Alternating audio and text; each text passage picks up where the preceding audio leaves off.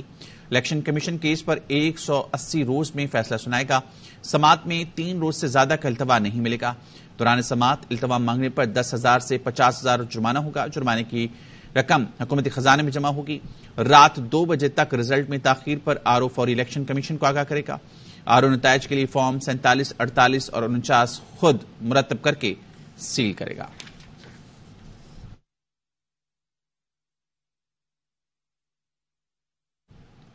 انتخابات پر اثر انداز ہونے والوں سے قانون کے مطابق نپٹا جائے گا۔ نگراں وزیراعظم انوار الحق کاکڑ کا CNN کو انٹرویو۔ سیکیورٹی فورسز کا شمالی وزیرستان کے علاقے میر علی میں انٹیلیجنس بیسڈ آپریشن، اہلکاروں اور دہشت گردوں کے درمیان فائرنگ کا تبادلہ ہوا۔ ISPR کے مطابق سپاہی شکیل شفقت دہشت گردوں سے بہادری سے لڑتے ہوئے شہید ہو گئے۔ علاقے میں موجود ممکنہ دہشت گردوں کے خاتمے کے لیے کلیئرنس آپریشن جاری۔ سیکیورٹی فورسز دہشت گردی کی لعنت کے خاتمے کے لیے پرعزم ہیں۔ بہادر سپاہیوں کی قربانیاں ہمارے عزم کو مزید مضبوط کرتی ہیں۔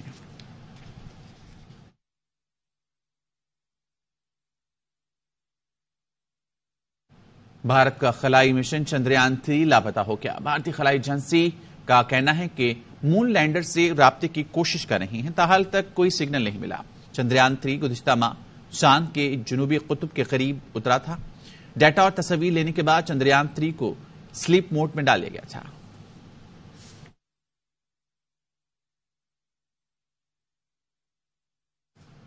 یکم اکتوبر سے پیٹرول کی قیمت میں کمی آ جائے گی، بجلی بھی سستی ہوگی۔ نگراں وزیر صنعت گوہر اعجاز نے مہنگائی کے ستائے اور ٹیکسز کے بوجھ تلے دبے عوام کو آس دلاتی۔ بولے ڈالر کی قدر میں اضافے سے مہنگائی بڑھی، ملک ٹریک پر آ چکا۔ کرنسی ڈی ویلیو کرنا غلط فیصلہ تھا، برآمدات بڑھنے کے بجائے 5 ارب ڈالر کی کمی ہوئی۔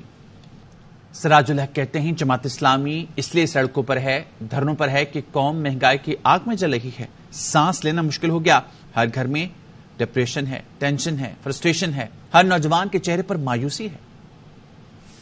کراچی کی 3 کروڑ آبادی میں ہر گلی میں مسائل ہیں۔ 3 کروڑ میں سے 5 لاکھ لوگ بھی اپنے حقوق کے لیے سڑک پر نہیں نکل رہے۔ MKM پاکستان کے رہنما مصطفیٰ کمال کہتے ہیں کراچی کے مسائل کے حل کے لیے سوشل میڈیا پر جنگ شروع کر رہے ہیں۔ تم آج ظلم سہ رہا ہے تو ظالم کا قصور نہیں ہے، مظلوم کا قصور ہے۔ اس 3 کروڑ آبادی جو سب کے سب پریشان ہے، اس میں سے 5 لاکھ آدمی روڈ پر نہیں آتا اپنے حقوق کے لیے۔ کیا اپنی بات کو حکمرانوں کے کانوں اور ملک کے جابر حکمرانوں، خاص طور پر سندھ کے حکمرانوں کے کانوں تک پہنچانے کے لیے ہے 5 لاکھ لوگ جو آ کر روڈ پر خاموشی سے کھڑے ہو سکے؟ ہمارا پڑوسی چاند پر جا رہا ہے، پاکستان کو پالنے والا شہر ہے، اس میں بچے گٹر میں کھلے ہوئے گٹر میں گر کر مر رہے ہیں۔ یہ شہر ہمیشہ سے ایسا نہیں تھا، یہ شہر دنیا کے 12 تیزی سے ترقی کرنے والے شہروں میں شامل تھا۔ آج یہ شہر دنیا کے 4 worst living cities in the world ہے۔ یہ جابر پیپلز پارٹی ہمیں 1 کروڑ 30 لاکھ پر کلوز کر رہے تھے، وہ جب جولائی 23 کو یہ ساری مردم شماری کمپلیٹ ہوئی ہے تو 73 لاکھ لوگوں کے بازیابی کے ساتھ 2 کروڑ 3 لاکھ پر ہم جا کر کمپلیٹ ہوئے۔ ریاست مخالف تقریروں کا مقدمہ انسداد دہشت گردی عدالت لاہور نے مسلم لیگ نون کے رہنما جاوید لطیف اور مریم اورنگزیب کی طلبی کے سمن جاری کر دیے۔ دونوں ملزم 30 ستمبر کو طلب۔ دوران سماعت پولیس نے مقدمہ خارج کرنے کی رپورٹ تیار کر کے پیش کی، جسے عدالت نے مسترد کر دیا۔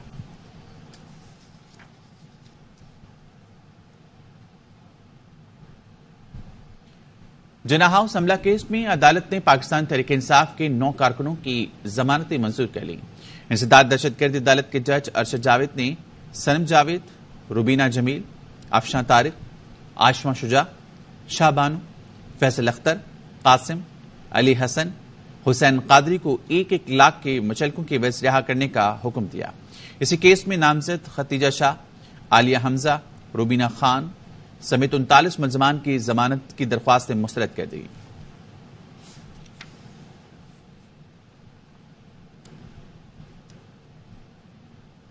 گورنر سندھ کامران ٹیسوری غلطی سے مسٹیک کر گئے۔ نگراں وزیر صنعت کے ساتھ میڈیا سے گفتگو کرنے آئے تو ان کا نام ہی غلط کہہ گئے۔ پیپلز پارٹی کے رہنما چودھری منظور کے بھائی کی آنکھوں میں انجیکشن لگنے سے بینائی متاثر ہو گئی۔ چودھری منظور نے بتایا انجیکشن سے مکمل بینائی ختم ہو جاتی ہے۔ بھائی کو دوبارہ اسپتال لے گئے تو وہاں 6 سے مریض اور بھی تھے۔ لاہور میں سینکڑوں مریض موجود تھے۔ ڈاکٹر کے کہنے پر بھائی کی آنکھ کا آپریشن کروایا۔ وزیر صحت نے مارکیٹ سے وہ انجیکشن اٹھانے کی ہدایت کر کے انکوائری کمیٹی بنا دی. اس انجیکشن پر امریکہ اور بھارت میں پابندی عائد ہے. پاکستان میں انجیکشن کس کی اجازت سے آ رہا ہے؟ لگوایا اس نے اور اس کے بعد اس کو رات کو انفیکشن ہونا شروع ہو گئی. صبح جب ان کو دوبارہ ہاسپٹل لایا گیا تو وہاں پہ صرف میرے بھائی نہیں تھے، 6 لوگ تقریباً تھے. اس میں ہم نے لاہور شفٹ کیا. جب لاہور گئے تو پتا چلا کہ تو سینکڑوں میں لوگ ہیں. بالکل جو ہے بینائی ختم ہو جاتی ہے. اور صرف قصور نہیں، لاہور نہیں، باقی جگہوں پہ بھی ہے. مجھے ڈاکٹر نے کہا کہ ہر گھنٹے بعد ڈیمیج بڑھتا چلا جا رہا ہے، آپ آپریشن کروائے. میں نے آپریشن کروایا. بات بھی کی منسٹر ہیلتھ ہیں، انہوں نے وہ کہا کہ اس کو فوری طور پر مارکیٹ سے اٹھا لیا جائے اور ساتھ ایک انکوائری کمیٹی بنا دی گئی. یہ انجیکشن 2011 میں امریکہ میں بین ہوا اور 2016 میں انڈیا میں بین ہوا. پاکستان میں کیوں آ رہا ہے؟ کس نے اجازت دی ہے اس کو؟ قصور میں ناقص انجیکشنز کے استعمال سے کئی مریضوں کی بہنائی جانے کے بعد ڈرگ کنٹرول اتھارٹی کو ہوش آ گیا. انجیکشن بنانے والی کمپنی کے گودام میں موجود انجیکشن کا اسٹاک ضبط کر کے گودام سیل کر دیا. ڈرگ اتھارٹی نے مریضوں اسپتالوں کو فراہم کیے جانے والے اسٹاک کو ریکارڈ بھی تحویل میں لے لیا. پنجاب کے نگراں وزیر صحت جمال آصف نے کہا کہ انجیکشن ٹیسٹ کے لیے لیبارٹری بھجوائے جا رہے ہیں.